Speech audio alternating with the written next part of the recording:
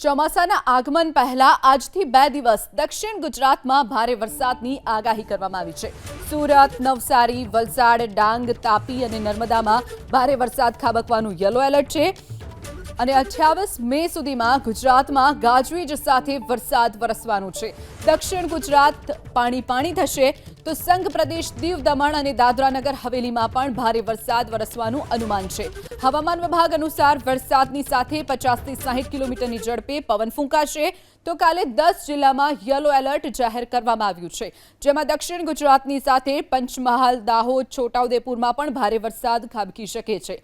તો ભારતીય હવામાનની આગાહી મુજબ મુંબઈમાં ચોમાસાનું આગમન 16 દિવસ વહેલા થઈ શકે છે, એટલે કે આગામી 3 કે 4 દિવસમાં જ ચોમાસાની એન્ટ્રી મુંબઈમાં થઈ શકે છે।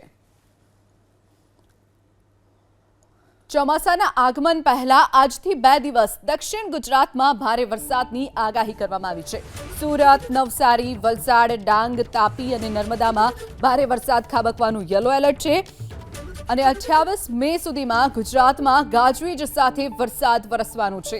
દક્ષિણ ગુજરાત પાણી થશે